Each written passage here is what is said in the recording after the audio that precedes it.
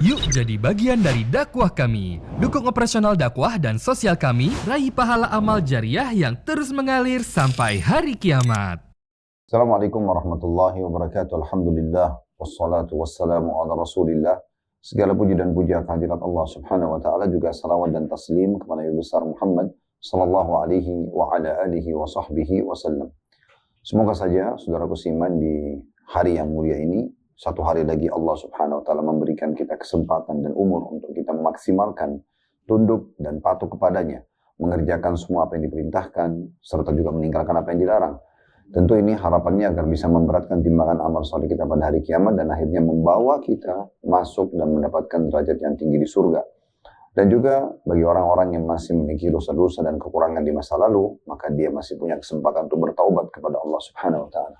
Semoga Allah ikhlaskan niat kita, menjadikan kita termasuk hamba-hamba yang diberikan umur yang panjang di atas ketaatan, keimanan, serta juga selamat dari segala macam mara bahaya. Dan semoga saja Allah Subhanahu wa taala juga menyatukan kita kelak di surga Firdaus tanpa hisab. Tidak lupa kita doakan negeri kita yang sedang ditimpa di beberapa wilayah bencana alam. Semoga Allah angkat bencana ini. Kalau itu disebabkan karena dosa-dosa kita semuanya, semoga Allah maafkan. Kalau itu disebabkan karena ujian, semoga Allah angkat. Dan semoga keluarga yang ditinggal oleh orang-orang yang dicintai diberikan kesabaran, dan juga orang-orang yang sudah wafat dari kalangan muslimin dicatat sebagai syuhada. Dan juga tentunya kita berharap agar Allah Subhanahu wa taala setelahnya memakmurkan negeri kita, menjadikan negeri kita contoh bagi negara-negara yang lain dalam segala hal, terutama tentunya dalam hal-hal yang positif, yaitu berhubungan dengan masalah perkembangan keimanan, ilmu pengetahuan, dan hal-hal lainnya. Allahumma amin. Baik, seperti biasa kita akan melanjutkan bedah buku kita Sunnah-Sunnah yang terlupakan, tulis oleh Haifa hafizahullah, dan kita akan masuk ke poin ke-10, masalah hal-hal yang berhubungan dengan sholat tentunya, yaitu berbaring miring ke kanan setelah sholat sunnah sebelum sholat subuh. Tentu ini adalah bagian daripada sunnah. Kalau Anda tidak kerjakan juga tidak masalah, ya, karena ada fikih sunnah secara hukum fikih. Kalau Anda kerjakan akan dapat pahala, kalau Anda tidak kerjakan maka tidak berdosa. Tetapi sekali lagi kita mengingatkan, buku ini dari awal dibedah memang untuk mengkhususkan membahas sunnah-sunnah yang banyak terlupakan. Orang-orang banyak tidak mengerjakan karena menganggap remeh, mengatakan itu kan cuma sunnah. Padahal seorang muslim kalau dia benar dengan keimanannya, dia yakin kepada Allah Subhanahu wa taala, baik itu keberadaan Allah dan janji-janji Allah, juga tentunya kepada risalah Nabi Muhammad SAW, dia harusnya tidak memilah mana wajib dan mana sunnah. Itu baru menandakan kesempurnaan imannya. Karena amalan sunnah pun termasuk bagian daripada syariat. Dan dia akan sangat membantu seseorang pada hari kiamat. Sudah pernah kita sebutkan di awal-awal bedah buku ini, dan kita mengingatkan kembali bagaimana Nabi SAW mengatakan dalam sebuah hadis, Allah Azza wa Jalla berfirman dalam hadis qudsi, seorang hamba terus mendekatkan diri kepadaku dengan amal-amal sunnah sampai aku mencintainya. Kalau aku sudah mencintainya, aku akan menjaga pendengaran yang digunakan untuk mendengar, penglihatan yang digunakan untuk melihat, tangan yang digunakan untuk menjamah, dan kaki yang digunakan untuk melangkah. Dan kalau dia memohon kepadaku, aku akan memberikan, dan kalau dia meminta ampun, aku akan maafkan. Maka ini salah satu fungsi yang luar biasa dari amal-amal sunnah. Oleh karena itu seorang muslim mengusahakan secara detail dia masuk ke sunnah-sunnah Nabi. Kalau ada varian dari satu amalan sunnah, sudah pernah kita jelaskan ini pada pertemuan-pertemuan sebelumnya. Contoh doa istiftah atau iftitah di awal sholat, awal takbiratul ihram sebelum baca Al-Fatihah, ada beberapa ragam. Maka seorang muslim walaupun dia sudah terbiasa memilih sahab dari dua-dua ini, maka dia usahakan tetap juga membaca doa-doa yang lain walaupun sekali seumur hidupnya. Sehingga tercatat di buku amalnya dia pernah mengamalkan semua sunnah Nabi berhubungan dengan masalah doa istiftah ini. Begitu juga dengan ragam doa ruku, ragam doa itidal, ragam doa sujud, ragam doa di antara duduk di antara dua sujud, ragam doa yang dibaca sebelum salam. Semua ini dia usahakan menghafalnya dan dia memvariankan, ya. Kalau dia bisa baca semuanya dan rutin, alhamdulillah. Kalau tidak, walaupun dia pilih salah satunya, maka minimal yang lain sudah dibaca. Nah, seperti itu kurang lebih. Dan terlalu banyak sunnah-sunnah Nabi SAW yang hukumnya secara fikih juga sunnah. Ya, karena kalau kita katakan sunnah Nabi secara global, maka maksud kami yang wajib dan yang sunnah. Ya, termasuk meninggalkan hal yang haram dan makruh, itu masuk dalam istilah sunnah Nabi SAW. Tetapi kalau kita bahas sunnah-sunnah Nabi secara khusus, yang dibahas adalah sunnah secara hukum fikih, seperti sholat sunnah, puasa sunnah, zikir. Ini semua adalah pilihan. Seseorang boleh mengerjakan, boleh tidak. Tetapi saya katakan tadi, alangkah sempurnanya iman seseorang kalau dia mengerjakan semua. Nah, di antara hal yang mungkin luput dari banyak orang, kalau Anda sudah terbiasa untuk mengerjakan sholat subuh rutin tentu, dan semoga Allah mudahkan kita, karena ini sholat yang paling besar pahalanya di sisi Allah Subhanahu Wa Taala, tentu sesudah sholat asar ya. Dan kita sudah pernah jelaskan juga sholat itu tingkatan-tingkatannya ada. Tapi yang paling besar menurut sebagian ulama adalah sholat asar, kemudian subuh, lalu isya, lalu kemudian masuklah duhur dan maghrib gitu ya. Karena memang ada hadis Nabi SAW yang berbunyi, siapa yang ketinggalan sholat asar maka seakan-akan dia memiliki duri dan hilang semua dari dia. Kemudian kalau sholat subuh dan Aisyah, kata Nabi SAW, siapa yang mengerjakan dua sholat ini, maka seakan-akan dia mengerjakan ibadah semalam suntuk ya. Dan khusus sholat subuh, kata Nabi SAW, siapa yang sholat subuh berjamaah maka dia di bawah naungan Allah sampai subuh esok hari. Dan sekian banyak hadis yang berhubungan dengan masalah ini tentunya. Nah, khusus habis sholat subuh ada satu sunnah Nabi SAW. Kalau Anda setelah mengerjakan sholat qobliyah subuh, biasa dikenal dengan sunnatul fajar, adalah berbaring sejenak. Berbaring sejenak. Di sini berbaring ya, bukan tidur ya. Dalam arti kata memang dia tidak nyenyak, dia cuma sekedar berbaring. Ya, nanti akan kita jelaskan perkataan Ibnu Qayyim tentang masalah hikmah di balik ini ya. Tetapi termasuk sunnah Nabi SAW adalah melakukan ini. Walaupun sejenak, beberapa detik saja, lalu kemudian pada saat iqamah Anda berdiri lalu sholat gitu ya. Disebutkan di buku kita ini, di poin nomor 10, berbaring miring ke kanan setelah sholat sunnah sebelum sholat subuh. Al-Allamah Ibnu Qayyim rahimahullah menyebutkan dalam kitab Zadul Ma'ad, Nabi SAW berbaring di atas pinggang kanan setelah mengerjakan sholat sunnah sebelum sholat subuh. Inilah riwayat sahih yang disebutkan dalam kitab Sahih Bukhari dan Sahih Muslim dari hadis Aisyah radhiyallahu anha. Jadi Ibnu Qayyim rahimahullah memastikan memang hadis ini adalah hadis yang sahih riwayat Bukhari Muslim.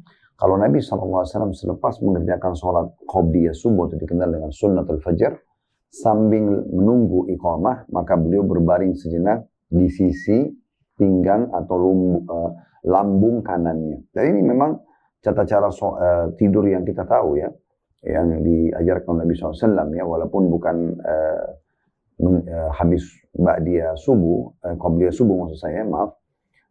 Maka tetap saja Anda kalau mau tidur, Anda sunnahnya melakukan ini. Anda balik sisi kanan, lambung kanan Anda atau pinggang kanan, kemudian Anda meletakkan telapak kanan Anda di bawah pipi. Nah, seperti itulah. Lalu kata penulis Haifa hafidahullah, menurut saya hadis tersebut yang dimaksud oleh beliau, maksudnya Ibnu Qayyim rahimahullah, adalah hadis ini. Disebutkan dari Aisyah radhiyallahu anha, kana Nabi sallallahu alaihi wasallam idza shalla rak'atayil fajr ittaja'a ala shikkihil ayman. Bila Nabi SAW selesai sholat sunnah fajar sebelum sholat subuh, beliau berbaring pada pinggang kanannya atau sisi kanan. Dan hadis ini sebagaimana dijelaskan tadi riwayat Bukhari dan juga Muslim. Dalam riwayat lain juga Aisyah berkata radhiyallahu anha, anna Nabi sallallahu alaihi wasallam kana idza shalla sunnat al-fajr fa in kuntu mustayqidatan haddatsani wa illa ittaja'a hatta yu'zana bis-shalah. Apabila selesai mengerjakan sholat sunnah fajar, Nabi SAW mengajakku berbicara jika aku sudah bangun. Namun, jika aku belum bangun, maka beliau berbaring sampai diberitahu untuk mengerjakan sholat subuh. Riwayat ini memberikan kepada kita faedah dulu. Yang pertama, Bapak Ibu sekalian rahimakumullah, kedudukan Aisyah radhiyallahu anha, di mana beliau menyampaikan tentang perilaku Nabi SAW ini. Dan tentu perilaku seperti ini ya lebih jelas kalau istri Nabi SAW yang menyampaikan ini, si posisi Aisyah Ummul Mukminin, ya, ibunya orang beriman, istri Nabi SAW yang tercinta. Ya, beliau yang menyampaikan cerita ini, kenapa? Karena ini terjadi di rumah beliau.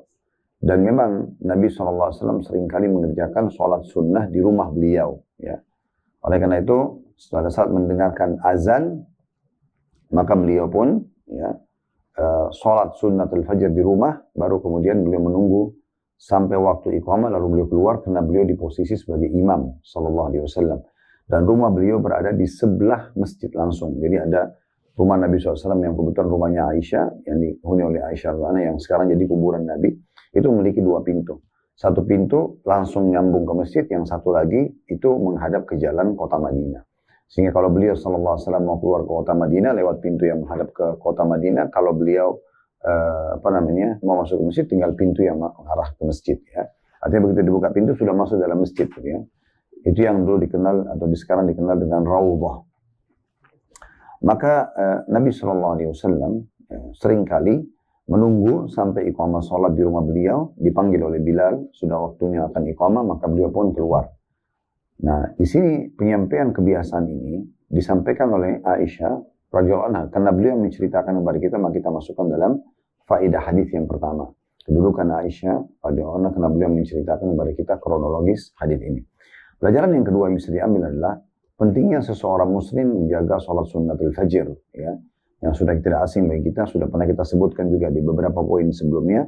Kata Nabi SAW, rakaatai fajr khairu minad dunya wa ma fiha. 2 rakaat antara azan dan iqamah subuh adalah lebih baik daripada dunia dan seluruh isinya. Ya. Kemudian yang ketiga, pentingnya seseorang muslim membiasakan diri untuk sholat sunnah di rumahnya, ya, selama dia mampu. Dan ini lebih afdal. Sebagaimana kata, maksudnya lebih besar pahalanya. Kata Nabi SAW, semua sholat lebih baik dikerjakan di rumah, kecuali sholat yang wajib. Ya. Dan dalam hadis yang lain, kata Nabi SAW, jangan kalian jadikan rumah kalian sebagai kuburan. Maksudnya, lakukan sholat di situ. Ya, lakukan sholat di situ. Makanya kalau seseorang yakin, misalnya masjid dekat rumahnya masih ada jeda waktu, memungkinkan dia untuk sholat sunnatul fajr, dan bisa juga disebabkan karena kedekatan rumahnya dari masjid, maka dia boleh saja. Contoh misalnya, sekarang kan rata-rata masjid kita menggunakan jam digital.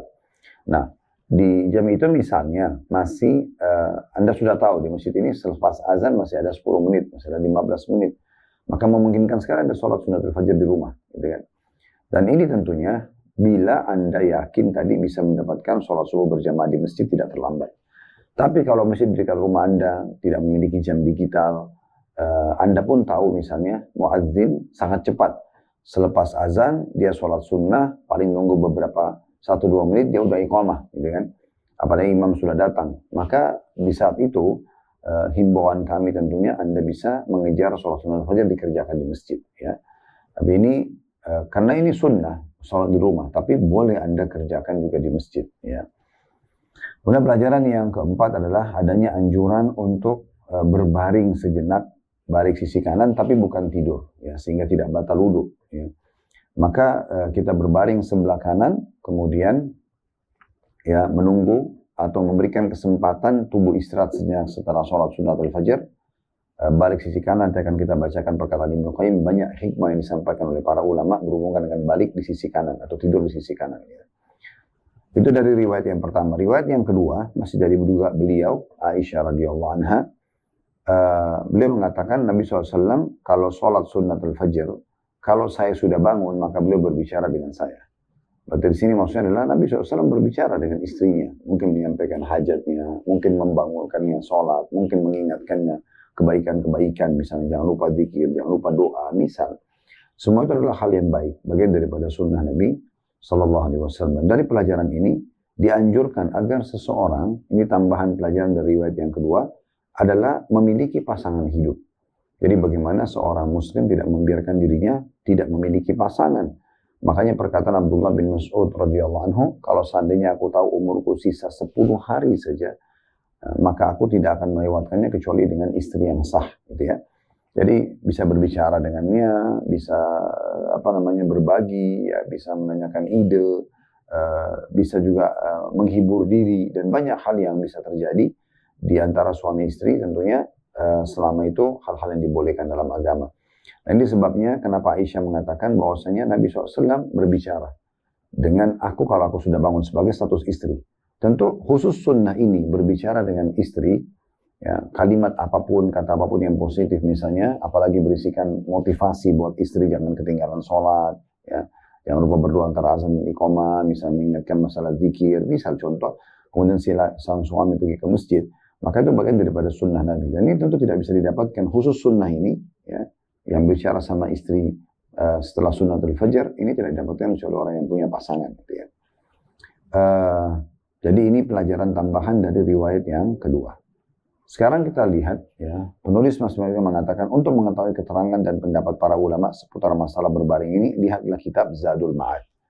Jadi maksudnya beliau mengatakan saya hanya bisa jelaskan sampai di sini, tapi kalau Anda mau lebih jauh mempelajari tentang masalah bagaimana pendapat ulama, kenapa harus berbaring setelah sholat sunnat al-fajr sejenak, lalu kemudian sholat subuh berjamaah, itu beliau mengatakan panjang lebar dijelaskan dalam kitab Zadul Ma'ad milik dari Ibnu Qayyim rahimahullah. Ibnu Qayyim rahimahullah berkata, ada catatan di bawah ya, terdapat rahasia atau hikmah dari berbaringnya Nabi SAW di atas pinggang kanan atau sisi kanan, yaitu berkaitan dengan jantung manusia yang letaknya di sebelah kiri.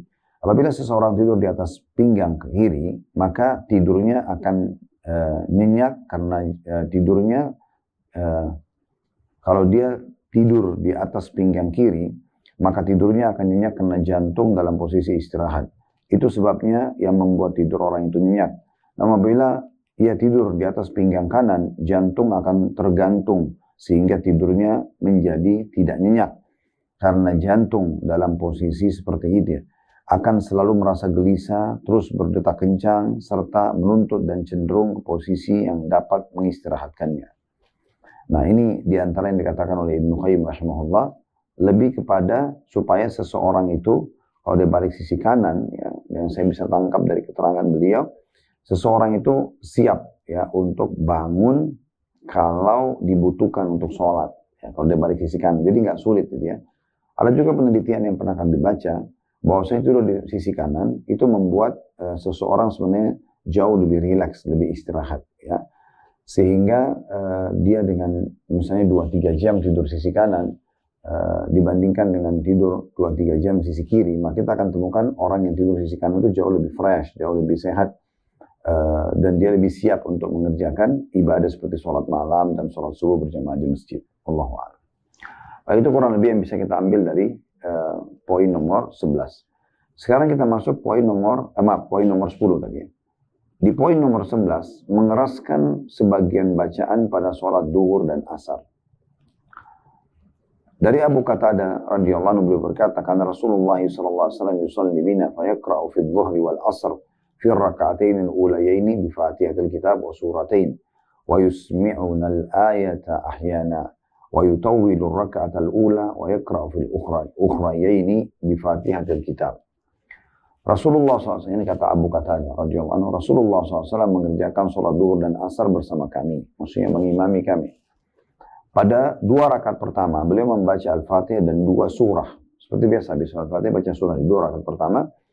Kadang-kadang bacaan ayatnya diperdengarkan kepada kami. Ya. Pada rakaat pertama, beliau memanjangkan bacaan, dan pada rakaat kedua, beliau hanya membaca Al-Fatihah. Ya. Kalau yang saya tangkap sini terjemahnya lebih tepat sebenarnya ya. Beliau memperdengarkan kepada kami kadang-kadang 1 ayat. Ya. Jadi ada ayat yang diperdengarkan. Jadi bukan semua ayatnya. Misalnya setelah baca Al-Fatihah, Nabi SAW membaca Qul Huwallahu Ahad misalnya. Ini contoh saja. Maka beliau membaca misalnya Qul Huwallahu Ahad dengan suara kecil. Tapi Allahus Samad. Ya, sedikit ada terdengar. Supaya makmum tahu kalau Nabi SAW sudah sampai di ayat berapa yang beliau baca, atau beliau sudah selesai dari Al-Fatihah. Itu yang dimaksud sebenarnya. Kemudian dikatakan, dan beliau memperpanjang sholatnya di rakaat pertama. Maksudnya adalah, di sini kalau saya lihat korelasinya adalah 2 rakaat pertama maksudnya. Ya. Karena tadi sebelumnya sudah dijelaskan kalau di 2 rakaat pertama beliau baca Al-Fatihah dengan surah. Maka yang dimaksud di sini, wa yutawwilu raka'atal ula, yang dimaksud adalah beliau memperpanjang bacaan di rakaat. Ya, di sini rakaat pertama, lalu rakaat kedua juga tetap sama, ya. Tetapi lebih pendek dari rakaat pertama. Ya, diistilahkan ini sebenarnya 2 rakaat pertama ya. Dan membaca di 2 rakaat yang selanjutnya, maksudnya rakaat ketiga sama rakaat keempat dengan Al-Fatihah saja. Kalau di sini dijelaskan, beliau memanjangkan bacaan pada rakaat pertama, beliau memanjangkan bacaan, dan pada 2 rakaat terakhir beliau hanya membaca Al-Fatihah. Jadi sudah tepat. Kalau 2 rakaat terakhir lebih pendek, rakaat ketiga sama rakaat keempat, karena memang tidak membaca surah lagi. Kemudian hadis ini dijadikan judul bab, yaitu bab al-jahr bil ayat ahyanan fi salati dhuhri wal asr. Mengeraskan bacaan pada sholat duhur dan asar ya, sewaktu-waktu. Sebenarnya di sini lebih jelas menjaharkan atau mengeraskan ya, bacaan ayat. Al-ayat maksudnya satu ayat gitu ya, karena ini bukan jamak, bukan ayat ya. Mengeraskan bacaan ayat sesekali ya di sholat duhur dan sholat asar. Itu lebih tepat sebenarnya terjemahannya. Kalau di sini kan mengeraskan bacaan pada sholat duhur dan asar sewaktu-waktu. Ini seakan-akan semua bacaan sholat duhur dan asar dikeraskan. Padahal sebenarnya yang dimaksud adalah ayat-ayat tertentu saja. Ya. Misalnya tadi saya sudah kasih contoh bacaan Ikhlas. Qulullahu ahadnya kecil, terus Allahus samadnya terdengar oleh sebagian makmum, dan lam yalid wa lam yulad kecil kembali sampai akhir. An-Nawawi rahimahullah mengatakan hadits ini bermakna bahwa Nabi SAW ingin menerangkan bolehnya mengeraskan bacaan surah-surah dalam sholat-sholat sirriyah, ngecilin suara, maksudnya duhur dan asar. Karena sejatinya mensirkan atau tidak membenarkan bacaan tersebut bukanlah termasuk syarat sahnya sholat, namun hanya disunnahkan. Hadits ini juga bermakna bahwa mengeraskan bacaan itu lahir dari mentadabburi makna ayat, sehingga lidah melafadzkan dengan keras tanpa disengaja. Wallahu a'lam. Baik, ini kita jelaskan dulu.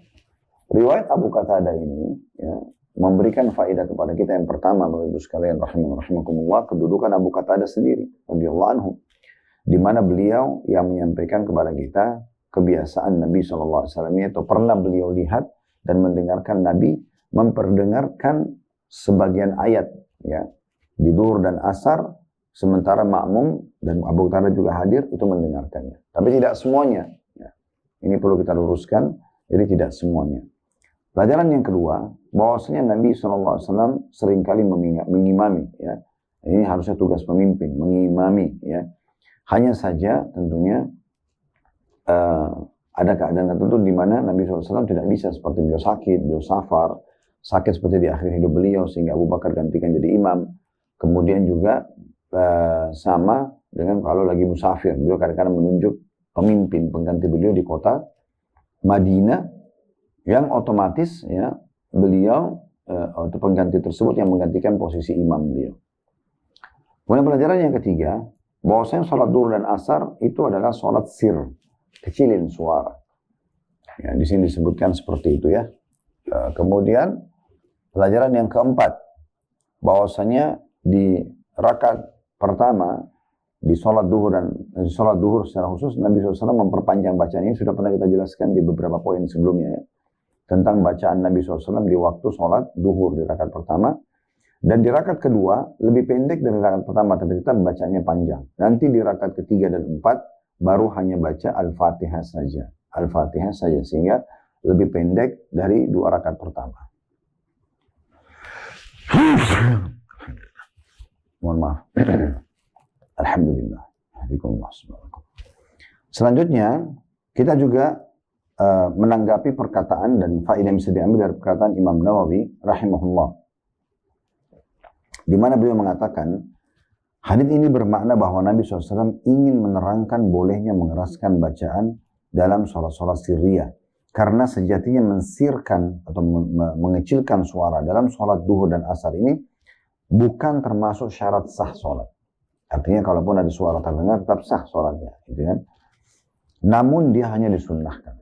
Jadi kalau anda sholat duhur dan asar tidak terdengar sama sekali suaranya, itu yang paling afdal. Tapi kalau sesekali terdengar ayat anda baca, maka itu juga tidak masalah. Dan ini dicontohkan oleh Nabi SAW. Ini faedah tambahan tentunya. Faedah pertama kita ambil dari perkataan Imam Nawawi rahimahullah. Faedah kedua, perkataan beliau mengatakan, ayat-ayat yang keluar dari lisan seseorang yang membaca di sholat sir terdengar biasanya itu karena dia mentadabburinya. Maksudnya dia coba merenungi maknanya, gitu kan? Selain mengingatkan makmum, juga mungkin bisa mengingatkan diri dia sendiri, ya, supaya dia jangan ngantuk atau lupa bacaan ya, karena banyak orang salah paham nih. Istilah sir artinya kecilin suara, bukan menghilangkan suara. Ya, jadi sholat duhur dan asar pun seperti Anda baru sholat duhur, ini harusnya tetap ada suaranya. Tetap harus ada suaranya itu, walaupun tidak keras gitu ya. Bahkan tadi di riwayat yang kita pelajari ini, Nabi SAW mengangkat suara beliau. Mengangkat suara beliau sehingga terdengar oleh Abu Qatadah radhiyallahu anhu. Dan ini pelajaran penting teman-teman sekalian yang bisa kita ambil dari Imam Nawawi rahimahullah. Kemudian Ibnu Qayyim juga menyebutkan dalam kitab Zadul Ma'ad beliau rahimahullah, tidak mendengarkan bacaan ayat itu hanya dalam konteks sholat duhur dan asar. Namun kadang-kadang para sahabat Nabi memperdengarkan ayat di dalam dua sholat itu. Artinya, para sahabat pun mempraktikkan seperti Nabi. Jadi, umumnya sholat duhur asar tidak ada suara, tidak terdengar imam dan makmumnya. Ya. Tetapi tetap dia perdengarkan buat diri dia sendiri. Misal kita Allahu Akbar, lalu kita baca Bismillah, Al-Fatihah misalnya Bismillahirrahmanirrahim, Alhamdulillah. Cuma kita dengar sendiri. Karena mata kalau terbuka, ya, lisan mengucapkan, telinga mendengar, maka ini akan memudahkan kita khusyuk. Ya. Ini banyak di antara muslimin sudah sholat duhur asar, suaranya dihilangkan, matanya ditutup, ya, gelap lagi kondisi kamar atau ruangan itu bisa membuat itu orang tidur dan lalai dari sholatnya. Sehingga dia bisa saja tidak mendapatkan pahala dari sholat tersebut. Sebagaimana sabda Nabi SAW yang lain, ada orang nanti pada hari kiamat tidak terima pahala sholatnya kecuali setengah, ada yang cuma sepertiga, seperempat, dan ada yang cuma terima sepersepuluh, bahkan ada orang yang menerima pahala sholatnya seperti baju yang diremukkan lalu dilemparkan ke wajahnya. Oleh karena itu kita harus betul-betul peduli dengan masalah ini. Tidak boleh kita sembarangan lalai karena sholat yang sudah kita kerjakan tidak bisa kita perbaiki, teman-teman sekalian. Contoh misalnya, Anda kalau mendengarkannya dulu kemudian Anda baru mau memperbaiki sholat kita kemarin misalnya. Kemarin aja kita nggak bisa, udah lewat waktunya. Ya. Makanya ada statement yang menarik dari sebagian salaf, ada ibadah-ibadah Allah yang Allah hanya terima di malam hari dan tidak terima di waktu lain. Dan ada juga ibadah-ibadah yang Allah hanya terima di siang hari, tidak terima di waktu yang lain. Oleh karena itu kita harus memberikan haknya maksimal di saat waktunya datang. Kemudian penulis mengangkat lagi perkataan Ibnu Baz atau ya, Syekh bin Baz rahimahullah. Al-Allama itu bagian pegang bukunya, maksudnya seorang alim ya. Beliau berkata disunnahkan untuk mengeraskan bacaan sewaktu-waktu pada sholat sirriyah karena Rasulullah SAW melakukannya. Hadis tersebut diriwayatkan oleh Imam Bukhari Muslim dari Abu Qatadah Al-Ansari radhiyallahu anhu. Jadi maksudnya Syekh bin Baz menekankan juga bolehnya sesekali ya, memperdengarkan itu pun cuma beberapa ayat ya. Karena dalam hadis yang disebutkan al-ayah wa yusmi'una ahyanan yusmi'una al-ayah gitu. Jadi kadang-kadang beliau memperdengarkan kami sebuah ayat. Dan Syekh bin Baz juga mengatakan seorang imam disyariatkan untuk sewaktu-waktu mengeraskan bacaan suaranya. Maksudnya di antara sholat itu ada yang dikeraskan suaranya di ayat tertentu berdasarkan hadits Abu Qatadah radhiyallahu anhu yang menyebutkan bahwasanya Nabi kadang-kadang mengeraskan bacaannya pada sholat duhur dan juga asar. Nah, seperti itulah. Ini termasuk sunnah Nabi SAW yang jangan luput dari kita. Jadi kita sudah bahas tadi, baring di sisi kanan sebelum iqamah subuh, selepas mengerjakan sholat sunnatul fajr. Ya. Tentu saya sudah bilang tadi, di saat kita melihat ada jeda waktu di mana kita kemungkinan besar bisa berbaring sejenak gitu ya. Dan memungkinkan, misalnya kalau di masjid lagi padat, kita kan tidak mungkin baring semua di masjid misalnya. Tapi di kondisi dan keadaan. Makanya paling aman tadi disebutkan dari rumah. Nabi SAW kata Aisyah berbaring setelah sunnatul fajr di rumah, kemudian baru beliau menuju ke masjid saat diberitahukan sholat akan diiqamahkan. Kemudian juga tentunya kita sudah sebutkan bahwasanya pentingnya seseorang ya membaca di duhur dan asar yang merupakan sholat sirriyah beberapa ayat atau satu ayat dari surah yang dia baca setelah Al-Fatihah untuk memperdengarkan dirinya sendiri dan memperdengarkan orang lain. Sekarang kita masuk ke poin ke-12. Bapak Ibu sekalian rahimakumullah, masalah doa, tasbih dan ta'awud pada ayat-ayat yang sesuai. Berdoa dan bertasbih memuji Allah serta berlindung kepada Allah pada ayat-ayat yang sesuai. Kita bisa lihat dulu atau memahami ini dari dalil yang diangkat ya. Di sini Hafizahullah mengangkat dalil Hudzaifah bin Yaman radhiyallahu anhu, dia berkata, "Shallaitu ma'an Nabi sallallahu alaihi wasallam dzata lailah fastaftaha al-Baqarah faqultu yarka'u inda al-mi'ah thumma madha faqultu yusalli biha fi rak'ah famadha faqultu yarka'u biha thumma istaftaha an-nisaa faqara'aha ثم استفتح آل عمران فقرأها يقرأ مترسلا إذا مر بآية بها تسبيح سبح وإذا مر بسؤال سأل وإذا مر بتعوذ تعوذ. Terjemahannya, Bapak Ibu sekalian, adalah dikatakan pada satu malam, ya, ini tentu sahabat yang menukil hadis ini ya.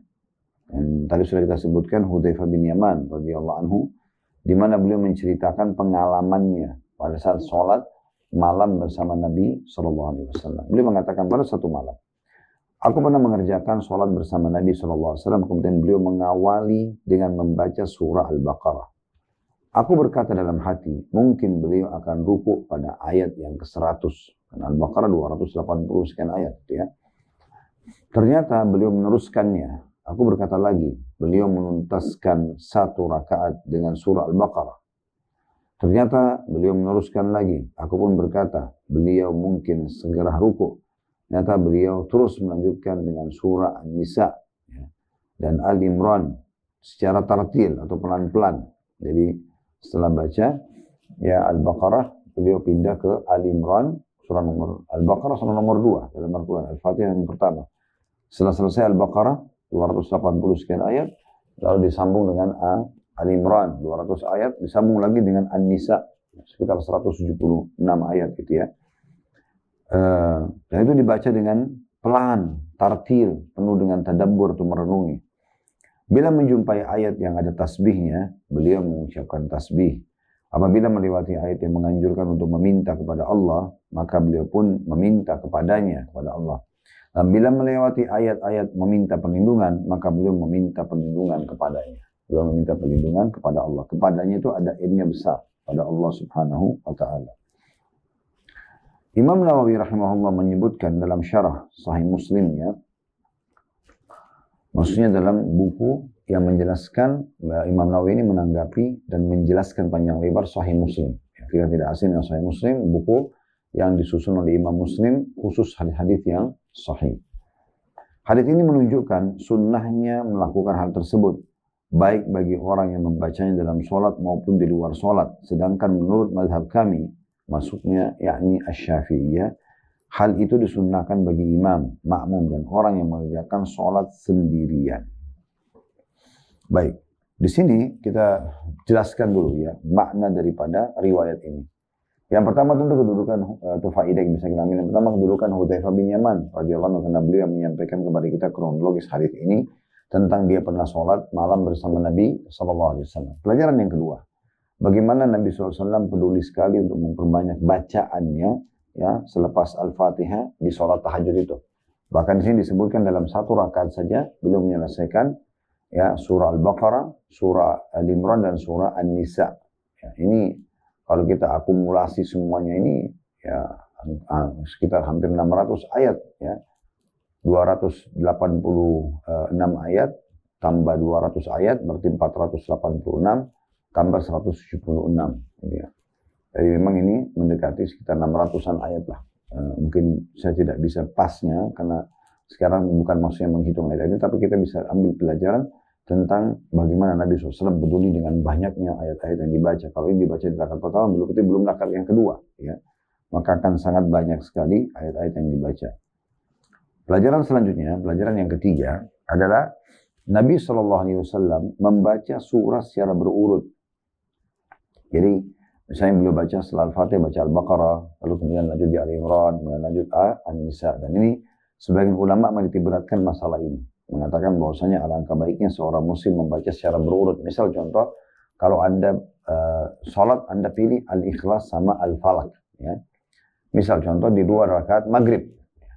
Maka adabnya adalah Anda membaca dulu setelah Al-Fatihah Al-Ikhlas, karena Al-Ikhlas lebih dulu, rakaat kedua baru baca Al-Falaq. Jangan Anda balik misalnya. Di rakaat pertama Al-Falaq, rakaat kedua Al-Ikhlas. Gitu ya. Maka kita sesuai dengan urutan. Ini termasuk disebutkan atau hikmah yang bisa diambil dari pelajaran ini atau hadis ini. Yang keempat yang bisa diambil adalah bagaimana sholat malam Nabi SAW dan bagaimana bacaannya penuh dengan tartil, ya, penuh dengan tartil. Yang kelima, pentingnya seseorang muslim memahami makna-makna Al-Quran lalu dia mengikuti apa kandungan maknanya. Kalau ayat tentang tasbih, ya, misalnya contoh dalam surah Al-A'la, Sabbihisma rabbikal a'la. Itu artinya bertasbihlah kau dengan menyebut nama Tuhanmu yang maha tinggi. Ya. Maka kita dianjurkan pada saat membaca ayat ini mengatakan subhanallah, ya, atau subhana rabbiyal a'la, gitu kan. Karena memang terlintas ayat tentang bertasbih. Itu ya pada saat lewat tentang rahmat Allah, kasih sayang Allah, surga, kita minta kepada Allah SWT agar diberikan. Kalau terlintas tentang hukuman neraka atau umat-umat sebelum kita, maka kita berlindung dari neraka dan hukuman tersebut. Nah, seperti itu kurang lebih yang bisa diambil pelajaran dari hadis ini. Imam Nawawi, kita masuk sekarang ke kata atau perkataan sesudahnya, itu menjelaskan tadi, kita coba ambil faedah dari perkataan Imam Nawawi. Beliau mengatakan hadis ini menunjukkan sunnahnya melakukan hal tersebut, baik orang itu membacanya dalam sholat maupun di luar sholat. Jadi Imam Nawawi lebih luas lagi. Ya.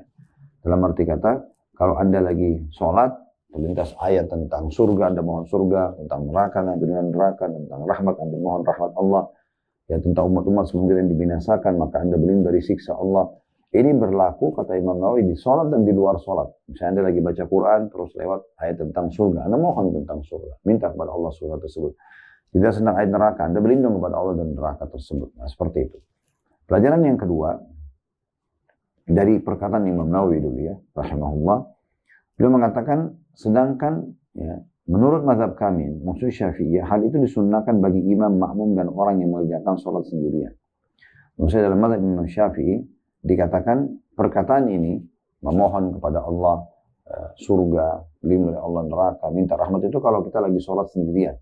Bukan ya, sholat berjamaah. Maaf yang saya keliru. Maksudnya adalah dalam mazhab Syafi'iyah, semua di sini dianjurkan untuk mengerjakan sunnah ini. Baik sholat berjamaah atau sholat sendirian. Baik posisinya imam ataupun makmum. Itu yang benar. Tadi saya keliru dalam menjelaskan. Jadi maksud adalah hal ini disunnahkan. Hal itu disunnahkan kata beliau bagi imam. Berarti dia sholat berjamaah. Makmum juga sebagai sholat berjamaah. Dan orang yang sholat sendirian. Maksudnya berarti sholat berjamaah ataupun sendirian tetap disunnahkan membaca ini. Selanjutnya Imam Nawawi, Imam An-Nasai, kata Haifa, penulis buku kita di paragraf yang bawah sekali di halaman 105, Imam An-Nasai memberikan judul bab pembahasan salah satu hadisnya dalam Sunan An-Nasai dalam buku beliau, yakni bab ta'awudzul qari' idza marra bil ayati azab. Ya. Ucapan ta'awud atau berlindung kepada Allah bagi orang yang baca Al-Quran apabila melewati ayat-ayat yang berisi siksaan. Dan juga bab ya, mas'alatul qari' idza marra bil ayatir rahmah. Dan doa permohonan orang yang membaca Al-Quran apabila melewati ayat yang berisi rahmat atau kasih sayang. Jadi di sini kita bisa ambil pelajaran dari statement ini, di paragraf ini, bagaimana para ulama peduli sekali agar muslimin tidak ketinggalan sunnah ini. Sampai-sampai Imam An-Nasai menjadikan sebagai babnya khusus. Tentang bab khusus ya, berlindung kepada Allah ya, kalau terlintas ayat tentang siksa. Umat sebelum kita disiksa, tentang siksa kubur, tentang siksa neraka, kita berlindung kepada Allah. Dan ada bab khusus lagi, beliau buat juga bahwasanya pentingnya seseorang memohon rahmat Allah pada saat terlintas ayat tentang rahmah, tentang kasih sayang. Kemudian Haifa juga mengangkat perkataan Ibnu Hazm rahimahullah, seorang ulama yang pernah hidup di Spanyol, yang menulis buku namanya Al-Muhalla. Beliau mengatakan kami menyunnahkan ya, atau menganjurkan sebagai bentuk sunnah bagi siapapun yang mengerjakan sholat. Apabila melewati ayat berisi rahmat, ia berdoa meminta karunia kepada Allah SWT. Juga berdoa meminta perlindungan Allah agar dihindarkan dari neraka apabila melewati ayat yang berisi siksaan. Sebagian ulama pengikut mazhab, seperti pengikut Abu Hanifah dan sebagian pengikut Ahmad bin Hanbal, menentukan bahwa hal tersebut dilakukan hanya pada sholat sunnah. Ya. Ini berarti ada pelajaran lain lagi. Kalau dalam mazhab Imam Ahmad rahimahullah, berlindung kepada Allah dari siksa, memohon surga atau rahmat Allah ini hanya di sholat sunnah. Sementara tadi dalam mazhab Syafi'iyah, berlaku pada sholat wajib berjamaah dan ataupun sholat sunnah, karena imam, makmum dan semua yang sholat dianjurkan membaca dan melakukan sunnah ini. As-Sindi menyebutkan dalam catatan kaki kitab Sunan An-Nasa'i, para ulama kami bermadhab Hanafi mengamalkan hanya pada sholat sunnah, sebagaimana yang tersebut dalam hadis. Ya. Karena tadi kan hadis Nabi SAW membacanya, ya, ini di sholat malam beliau, yang didengar oleh sahabat yang ikut sholat bersama beliau. Nah, jadi di sini dalam madhab Hanafi dan madhab Hambali itu adalah di sholat sunnah saja. Madhab Syafi'i sunnah dan wajib. Ya. Allahu a'lam. Dan kalau kami pribadi cenderung di dalam masalah ini kepada madhab Syafi'iyah, karena ini lebih maknanya lebih luas, ya, karena sholat sunnah dan wajib kita berlindung kepada Allah dari siksa, dan kalau terlintas ayat siksa, dan bermohon kepada Allah rahmat atau surga kalau terlintas ayat tentang rahmat dan surga. Dan kalau sholat sunnah boleh, maka sholat wajib, ya, lebih pantas, karena Nabi SAW memberikan contoh dalam masalah ini. Kemudian penulis mengatakan Al-Allama Al-Mubarakfuri. Mubarakfuri ini istilah bagi julukan seorang ulama, ya. Al-Allama seorang alim maksudnya, rahimahullah, menyebutkan dalam Tuhfatul Ahwadhi, Syarhu Tirmidzi. Ada buku beliau penjelasan tentang Sunan Tirmidzi namanya Tuhfatul Ahwadhi. Teks hadis tersebut dengan jelas menyebutkan atas sikap Nabi SAW yang berhenti dan berdoa kepada Allah SWT ketika melewati ayat-ayat yang mengandung rahmat. Demikian pula beliau berhenti dan memohon perlindungan kepadanya, kepada Allah, pada saat melewati ayat yang mengandung azab, dilakukan pada saat sholat malam. Nah, jadi Mubarakfuri mengerucutkan bahwasanya kalau kita mau betul-betul murni kepada hadis ini, maka berarti itu dikerjakan di sholat tahajud. Kemudian Asy-Syaukani rahimahullah juga menyebutkan dalam kitabnya Nailul Autar, lahiriah hadis, maksudnya yang nampak dari hadis tersebut menunjukkan bahwa hal itu disunnahkan bagi siapa saja membaca ayat tersebut tanpa dibedakan antara orang-orang yang tengah mengerjakan sholat dan tidak mengerjakannya, serta antara imam dan makmum. Inilah yang dipegangi oleh para pengikut madhab Syafi'i. Ya, Allahu a'lam. Dan tadi sudah kita jelaskan, kalau kami pribadi cenderung kepada madhab Syafi'iyah dalam hal ini tentunya, dalam hal ini. Baik teman-teman sekalian, selanjutnya, ya, masih perkataan atau masih membahas tentang masalah berlindung kepada Allah dari siksa pada saat terlintas ayat tentang siksa, dan memohon kepada Allah rahmat atau surga di saat terlintas ayat yang membahas masalah itu. Disebutkan selanjutnya oleh Haifah Hafizahullah, penulis buku ini, Syekh Muhammad bin Ali Adam menguatkan hal tersebut dalam Syarhun Nasa'i. Terjemahnya tampaknya penulis kitab Sunan Nasa'i, yakni Imam An-Nasa'i sendiri, menyetujui pendapat jumhur yang menyunnahkan hal itu dilakukan oleh setiap orang yang mengerjakan sholat. Sebab hal itu disebutkan secara umum dan tidak dibatasi dalam sholat sunnah saja. Menurutku, ya, kata Syekh Muhammad, ya, inilah pendapat yang kuat, dan orang yang memakruhkan hal itu dalam sholat fardu tidak mempunyai dalil. Adapun mengenai alasan Nabi SAW tidak melakukannya dalam sholat fardu, hal itu dikarenakan beliau tengah menjadi imam dan khawatir jika sholatnya menjadi terlalu panjang atau lama. Seperti itulah yang diharuskan atau seharusnya dilakukan oleh seseorang imam jika khawatir sholatnya menjadi terlalu lama, yakni tidak melakukannya. Ya, artinya pendapat yang disampaikan oleh Syekh Muhammad bin Ali Adam ini artinya orang sholat wajib ataupun sunnah tetap berusaha mengamalkan sunnah ini. Ya. Kalau dia lagi sholat wajib, misal dia sesuaikan dan kondisikan, ya, lihat sikonnya gitu, ya, situasi dan kondisinya. Kalau memang misal cuma membaca ya Allah aku mohon padamu surga 3 kali misalnya, tidak mengambil waktu dan tidak memperpanjang sholat, maka tidak ada masalah. Ya, Allahu a'lam. Lalu diangkat lagi perkataan Ibnu Utsaimin rahimahullah dalam pembahasan lain, hal-hal yang boleh dilakukan dalam sholat nafil atau sunnah boleh juga dilakukan dalam sholat fardu, kecuali ada dalil yang melarangnya. Jadi maksudnya yang dikerjakan di sholat sunnah, boleh dikerjakan di sholat wajib, kecuali ada dalil yang melarang masalah itu. Berarti Syekh Utsaimin juga mendukung doa ini dibaca di sholat wajib dan sholat sunnah. Jadi kan sudah kita jelaskan dalam mazhab Hambali dan Hanafi, itu dibacanya sholat sunnah saja. Bahkan mengerucut pendapat sebagian ulama hanya di sholat malam saja. Imam Abdurrahman bin Hasan bin Syekhul Islam Muhammad bin Abdul Wahhab rahimahullah pernah ditanya tentang doa permohonan dari orang yang membaca Al-Quran ketika melewati ayat yang berisi rahmat.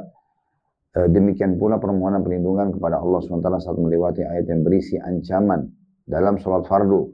Maka beliau menjawab, hal itu boleh dilakukan dalam sholat sunnah menurut kesepakatan para ulama. Sedangkan dalam sholat fardu, kebanyakan ulama mazhab Hanabilah atau Imam Ahmad, itu ada yang kurang ya. Hanabi di situ ditulis, ya, mungkin penerbit kurang ya. Tapi yang benar adalah Hanabilah. Ya. Mazhab Muhammad melarang dengan alasan hal itu tidak pernah dilakukan oleh Nabi SAW. Maka hukumnya sesuai dengan teks hadis. Jadi Syekh ini ya, tepatnya namanya Abdurrahman bin Hasan ya, dia mengatakan bahwasanya zahir daripada teks hadis ya, bahwasanya setiap kali lewat ayat-ayat ya tentang berlindung kepada Allah atau siksa maka berlindung kepada Allah, kalau rahmat dia memohon kepada Allah, boleh dilakukan dalam sholat sunnah menurut kesepakatan para ulama. Sedangkan dalam sholat fardu kebanyakan ulama Hanabilah melarangnya karena alasan hal itu tidak pernah dilakukan oleh Nabi SAW. Maka hukumnya sesuai dengan teks hadis khusus sholat sunnah saja. Al-Muwaffiq rahimahullah mengatakan, dan salah satu ulama juga, hal itu boleh dilakukan juga dalam sholat fardu.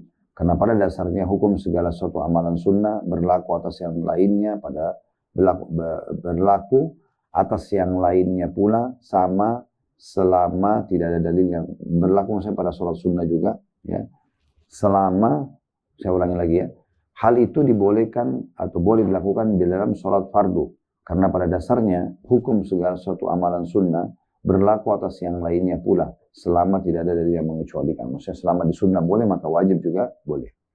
Pendapat ini kuat sebab didukung oleh sabda Nabi SAW tentang bacaan setelah tasyahud akhir.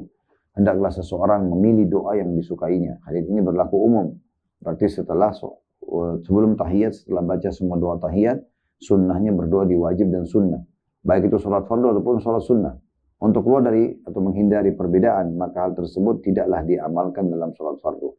Adapun bagian tetap mengamalkannya, berarti pelaksanaan didasarkan pada dalil tersebut. Wallahu a'lam. Jadi maksudnya, di sini khilaf antara ulama yang panjang lebar ini masalah boleh nggak di sholat sunnah dibaca doa ini sebagaimana dibaca atau boleh nggak dibaca dalam sholat wajib sebagaimana di sholat sunnah boleh dibaca karena disebutkan ini dari sholat malamnya Nabi SAW.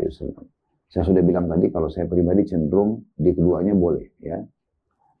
Ibnu Baz ya, salah satu ulama juga rahimahullah, Syekh bin Baz ya, menyebutkan dalam fatwa, dalam buku-buku fatwa beliau, ketika mengerjakan sholat malam, Rasulullah SAW bertasbih apabila membaca ayat tasbih dan memohon perlindungan kepada Allah SWT apabila membaca ayat yang berisi ancaman, serta berdoa jika membaca ayat yang berisi janji Allah SWT kepada orang yang melakukannya. Hal ini didasarkan pada riwayat dari Hudzaifah radhiyallahu anhu, ini adalah amalan dan sunnah Nabi SAW, yaitu berdoa saat membaca ayat yang berisi janji Allah SWT kepada orang yang beramal kebaikan, berlindung kepadanya manakala membaca ayat yang berisi ancaman, dan bertasbih jika membaca ayat yang berisi asma atau nama-nama dan sifat-sifat Allah Subhanahu wa taala. Syekh Utsaimin berfatwa, berdasarkan pendapat jumhur ulama, benar hal tersebut boleh dilakukan oleh imam, makmum dan orang yang mengerjakan sholat sendirian tanpa terkecuali. Hanya saja disyaratkan bagi makmum agar tidak mengganggu bacaan imam saat melakukannya. Sebagaimana makmum itu memang diperintahkan untuk diam dan menyimak bacaan imam. Ya. Jadi kalau kita lihat di sini, kecenderungan para ulama lebih kepada masalah itu. Ya. Lebih cenderung kepada masalah itu. Maksudnya boleh membaca perlindungan kepada Allah dan juga kalau terlintas ayat tentang neraka, tentang siksa umat sebelum kita dibinasakan, kita di sholat wajib atau sunnah, kita berlindung kepada Allah agar jangan menimpa kita. Kalau terlintas, atau jangan kita masuk ke neraka, jangan kena siksa kubur. Kalau terlintas tentang balasan-balasan kebaikan, surga, rahmat Allah dan segala macam, ini kita disunnahkan untuk meminta kepada Allah di wajib ataupun sunnah agar kita mendapatkan semua itu. Dan Allahu a'lam, kesimpulannya sudah kita bahasakan tadi. Jadi yang disampaikan tadi dua ulama besar, Syekh bin Baz ya, rahimahullah, dan juga sudah kita bacakan tadi perkataan terakhir Syekh Utsaimin rahimahullah, kalau ini Allahu a'lam lebih tepat ya berhubungan dengan masalah bolehnya dibaca di sholat wajib dan sholat sunnah. Sampai sini bahasannya insyaallah. Tolong ditandain bukunya, kita akan lanjutkan nanti di poin ke-13. Ya, insya Allah kedepannya membaca surah pendek pada 2 rakaat terakhir sholat duhur dan sholat asar.